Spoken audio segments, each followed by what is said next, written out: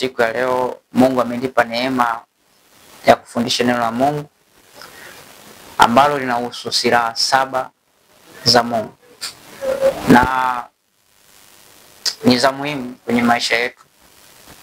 Silaha hizi ni za muhimu katika ulimwengu wa roho, lakini pia ni za muhimu katika ulimwengu wa mwili. Mtu yeyote anayetaka kushinda vita yoyote ile, kuanzia ulimwengu wa roho mpaka ulimwengu wa mwili, mtu huyo anatakiwa kuwa na silaha hizo. Asipokuwa na hizo silaha, vita inaweza kuwa ni kali, na wakati mwingine mtu huyu akashindwa vita hiyo. Na kwa sababu baraka zetu zimefungwa katika ulimwengu wa roho, ni lazima kila mmoja apende kuwa na silaha hizi ambazo ni zawadi ya Mungu kwetu wanadamu kutuongoza. Kama unataka kushinda vita yoyote ile inayokuja katika maisha yako, vita inayotegemea ushindani katika ulimwengu wa roho,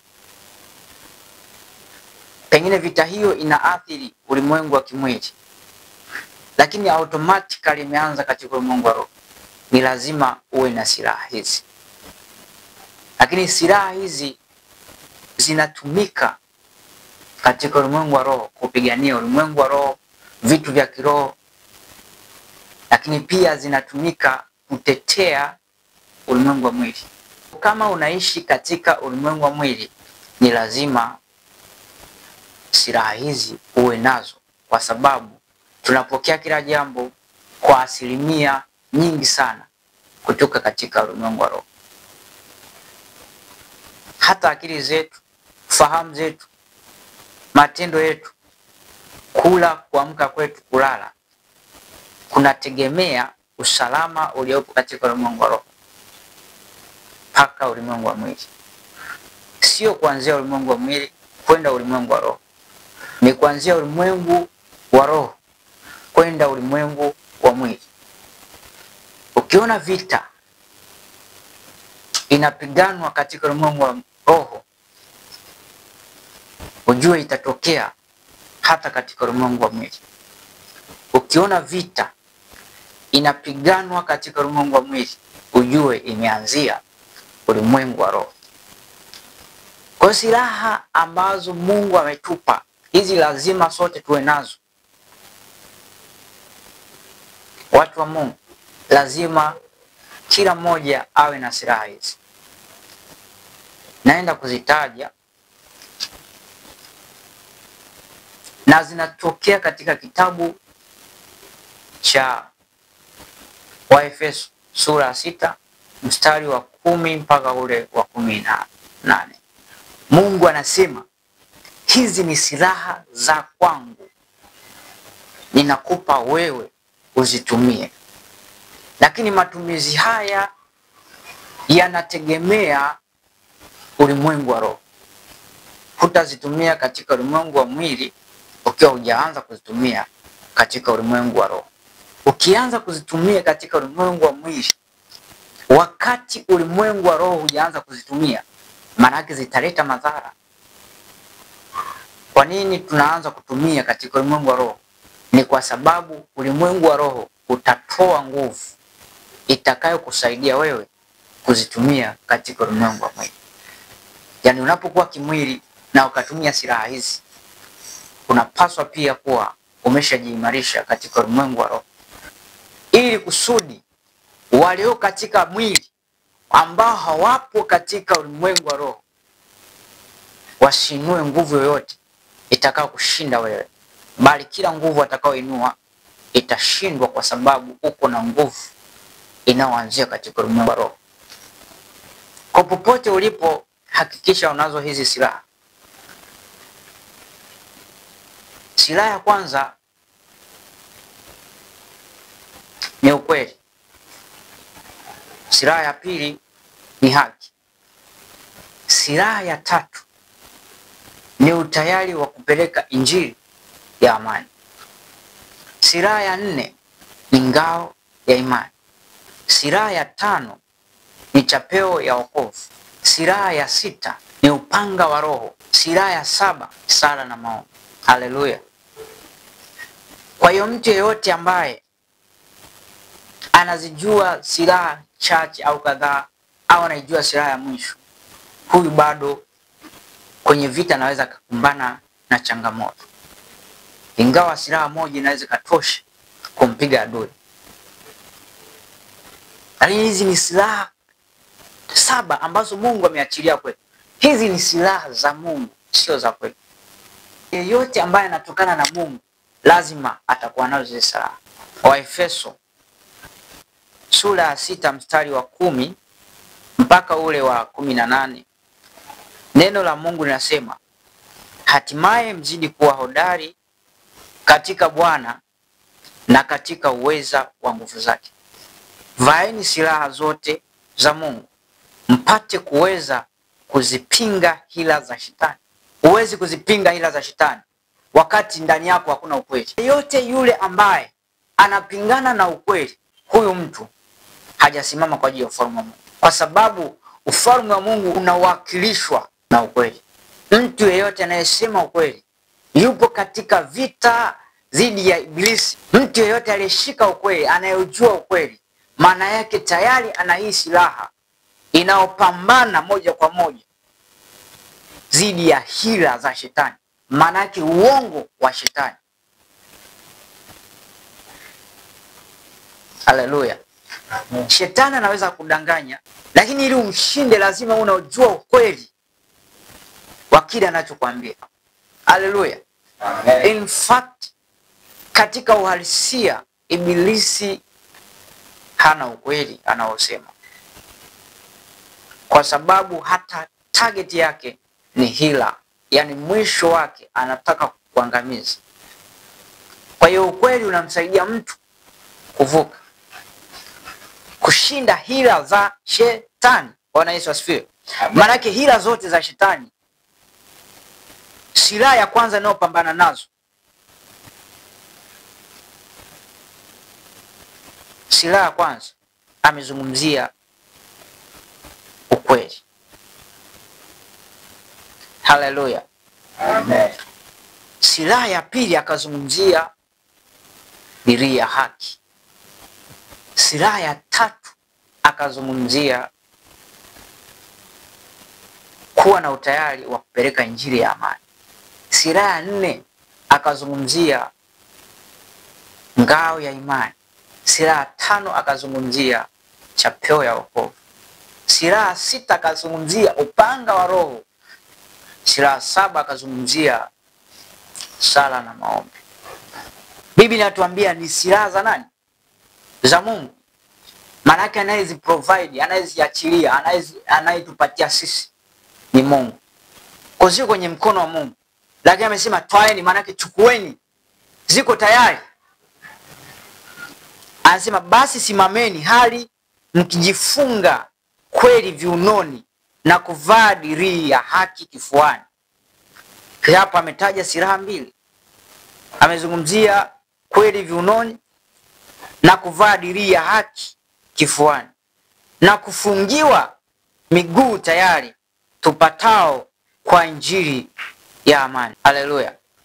Hii ni silaha ya 3, utayari tunaopata kutoka kwenye injili ya amani. Kwa hiyo injili inaoletwa inakuwa ni injili inaozungumzia amani. Kama ni injili ambayo haizungumzii amani, injili hiyo haipaswi kufuatwa. Anasema zaidi ya yote mkiitwaa ngao ya imani, ambayo kwa hiyo mtaweza kuizima mishale yote yenye moto ya yule mwovu.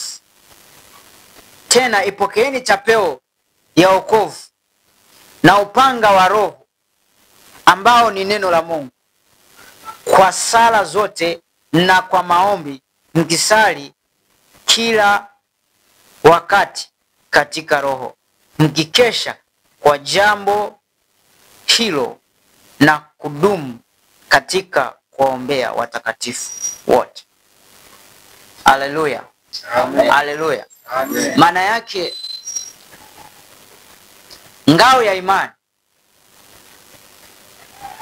unapotanguliza imani mbele, Ibilisi anapoachia mishale, mishale ile inapanguliwa na ile imani uliyoweka mbele. Haleluya. Amen. Vita yote ukienda bila imani ni sawa sawa tu na kwenda kupigwa mishale kwenye hiyo vita, kwa sababu hakuna imani inayokupa uhakika wa kushinda. Kwa hiyo ukiletewa hila yote inayokupa hofu, kuangusha chini, tanguliza nini? Imani. Kuna wakati mazingira hayaonyeshi kabisa kama hapa imani itatoboa. Imani inategemea ahadi. Unatakiwa ukumbuke kwamba Mungu alisema nini katika hayo unayoyapitia. Pale ambapo unaona imani haikusaidii, au pale ambapo unaona imani haipo, lazima tuitafute imani kwenye ahadi. Ngao ya imani maana yake ni kutanguliza mbele imani katika kile unachokiendea. Tunapotanguliza imani, maana yake tutashinda. Kuna wakati ambapo imani unaitafuta uioni katika situation unayopitia, lakini unapaswa kuitafuta kutoka kwenye ahadi. Imani inayopatikana kutoka kwenye ahadi, hii imani lazima itakupush, itakuwa kama sasa ndo ngao tayari. Anaposema ngao ya imani, maana yake kuweka mbele fikra za ushindi, fikra za uhakika wa kushinda. Bwana Yesu asifiwe. Amen. Chapeo ni kitu kigumu, aina ya kofia. Inaweza kuwa ni kofia ya chuma ambayo askari huvaa akienda vitani. Chapeo inamaanisha kofia ya chuma ambayo mtu anavaa kichwani anapokuwa vitani. Maana yake ubongo wako, akili yako katika ulimwengu wa roho ni ya muhimu, si ndio? Ili uweze kuongoza vitu katika ulimwengu wa roho na wa mwili, akili pia ni ya muhimu.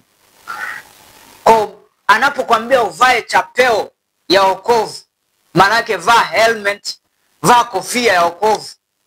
Unavaa kofia wapi? Unavaa kichwani. Kichwa ni government, kichwa ni serikali ya maisha yako.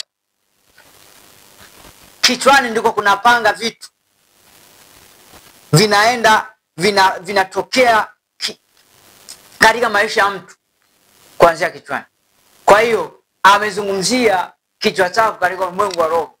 Unapokuwa na chapeo ya wokovu, maana yake umepokea ulinzi unaolinda fahamu zako, fikra zako dhidi ya hofu, dhidi ya kuhukumiwa na Ibilisi, dhidi ya kushindwa, dhidi ya kuishia njiani. Akili yako naiambia kwamba hawezi Ibilisi kushinda.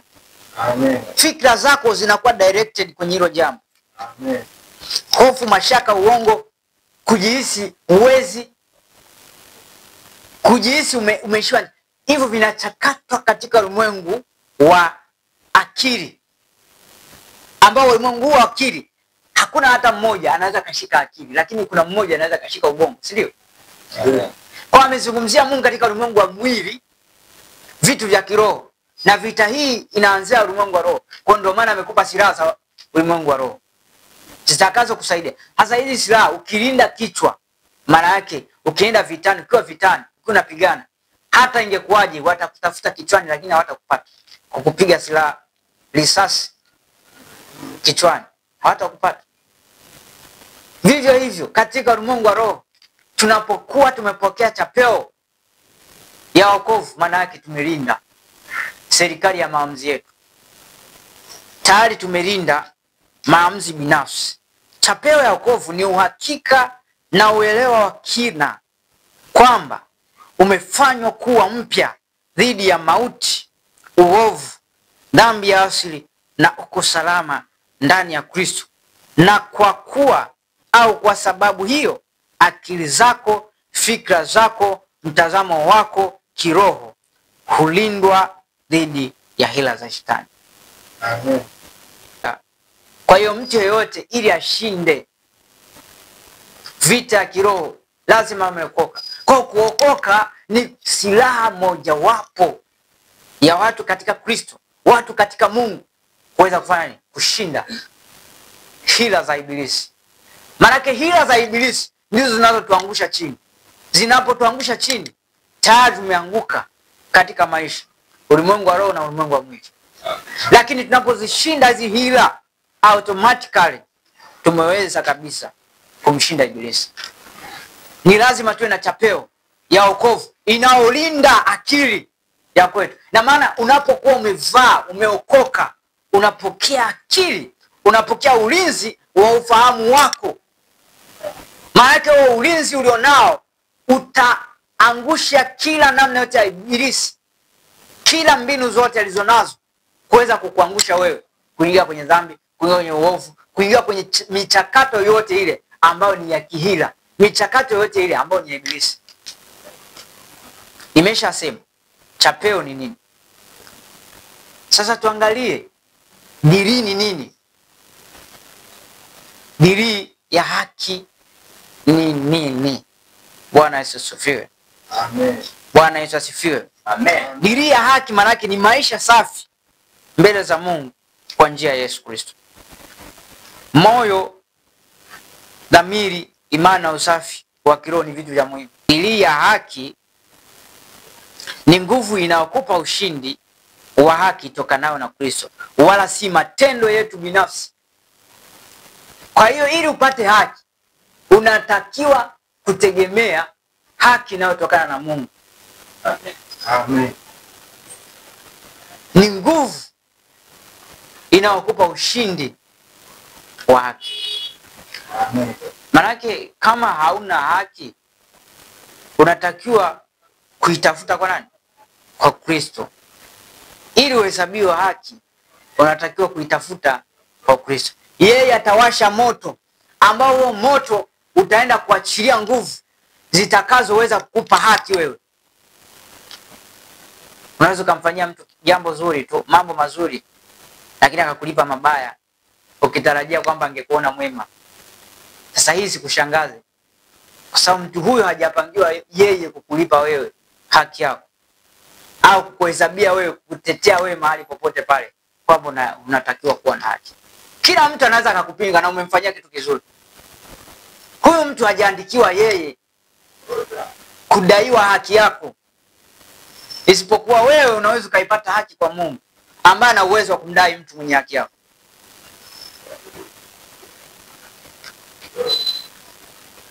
Dirii ya haki, neno dirii ni kifaa cha kujikinga kifuani wakati wa vita.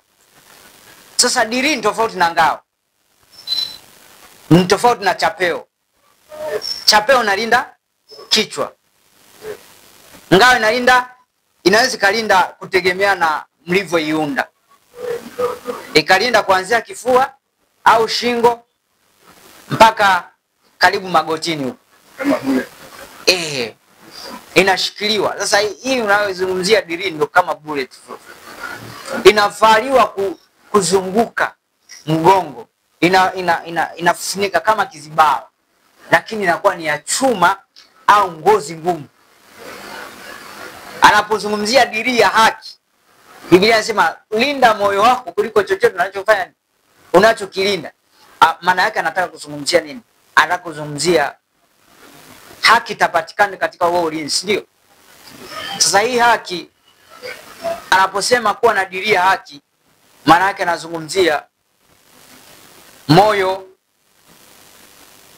mapafu, maini, mfumo wa chakula, mfumo wa damu, mfumo wa upumuaji, vyote kuzungumza lugha moja inayozungumzia haki.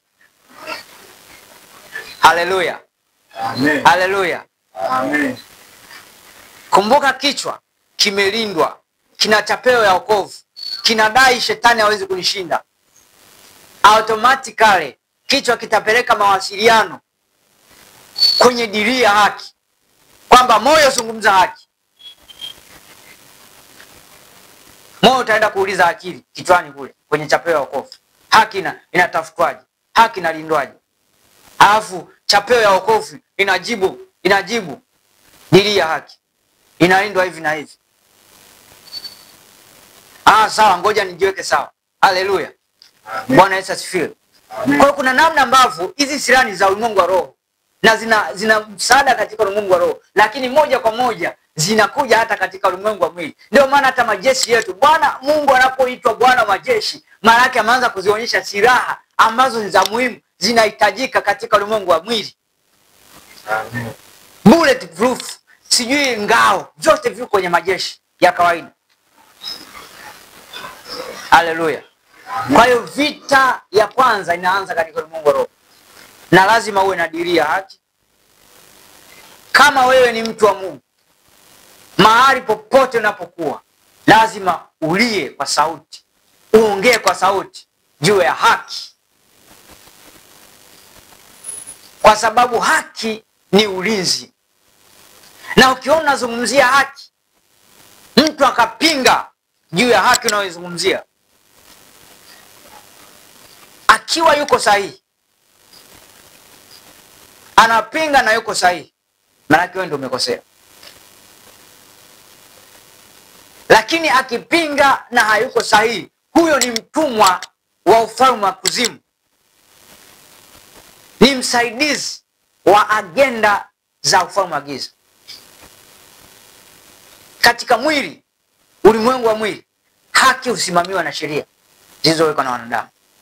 Lakini katika ulimwengu wa roho, haki husimamiwa na utaratibu ambao Kristo ameuweka. Amen. Maanake power ya kulinda haki ya mtu katika ulimwengu wa roho ni Kristo. Kama ulimwengu wa roho kishapata nguvu ya kumpa mtu haki, hata ulimwengu wa mwili ungefanya nini, haki lazima inatokea. Bwana Yesu asifiwe. Amen. Kwa hiyo watu wa Mungu, silaha hizi ni za muhimu, na ni silaha za wewe na mimi kutumia katika mapambano, katika vita, wakati wa wakati wa hila. Bwana Yesu asifiwe. Amen. Wakati ambapo hakuna amani, wakati ambapo hakuna maarifa mazuri, wakati ambapo impurities zimeanza kuingia, uchafu wa ibilisi umeanza kuingia, silaha hizi ni za muhimu sana. Wakati ambapo unatafuta haki ya aina yoyote ile, silaha hizi ni za muhimu sana. Wakati ambapo unatafuta ushindi wa aina yoyote ile, silaha hizi ni za muhimu sana. Wakati wote ambapo unapita kwenye misukosuko yote ile, silaha hizi ni za muhimu sana. Wakati wote ambapo unatarajia kwenda mbinguni, lazima uwe na silaha ya wokovu, silaha ambayo inaitwa chapeo ya wokovu, maana itakuongoza, na hii inapatikana kwa Kristo. Haleluya. Amen. Haleluya. Silaha zote hizi zinakuondoa wewe mbali kabisa na hila za ibilisi. Hila ndizo ambazo zinakuangusha mwanadamu, na automatically ukishamshinda ibilisi kwenye hila zake, huwezi kushindwa. Amen. Vita, hakuna mtu anayeingia vitani ili ashindwe. Kila mtu anaingia vitani ili ashinde. Amen. Kwa hiyo ili kusudi ushinde, lazima uwe na hizi silaha. Mtu wa Mungu naye nitazama sahihi, popote ulipo, muhimu sana, ni muhimu sana. Kama unadai haki ya uponyaji, kama unadai haki ya ushindi, kama unadai haki ya uzima, kama unadai ukweli, kama unasema ukweli, lazima uweze kujiunganisha na nguvu za Mungu. Lazima uweze kujiunganisha na hizi silaha katika uweza wa Bwana. Amen. Mungu anatuambia hatimaye mzidi kuwa hodari. Kwa maana yake ili uendelee kuwa hodari. Unajua hili andiko linavyoanza mwanzoni hapa, hatimaye mzidi kuwa hodari. Maana kuna wakati unaweza kuwa hodari, giza likaja juu yako kwa sababu hujasimama vizuri. likachukua uimara ulionao, likaanza kukuyumbisha.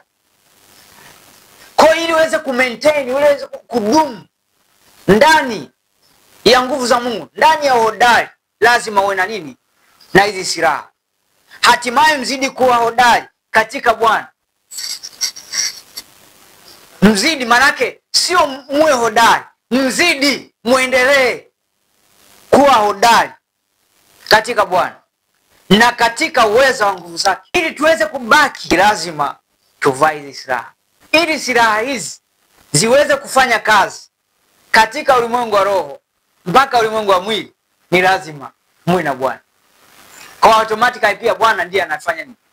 Anayetoa hizo silaha. Mjue sana Mungu ili upate kuwa nini? Na amani. Na mema yote yatafanya nini? Yatakuja baada ya kumjua Mungu. Maana yake ni nini? Mungu anakujulisha hizi silaha kwa upana, kwa undani zaidi. Neno la Mungu, upanga wa roho ambao ni neno la Mungu. Maana yake hili neno linatuambia Mungu kwanza kwetu ni nani. Ukishajua kwamba Mungu kwetu ni nani, lazima unapokuwa kwenye vita utakumbuka Mungu ni nani. Na ukishakumbuka Mungu ni nani, imani itakuja mbele, inakwambia lazima tutashinda. Maana yake kuna uhakika. Amen. Bwana asifiwe. Amen. Amen. Somo hili limekuwa zuri kwangu, limekuwa zuri sana.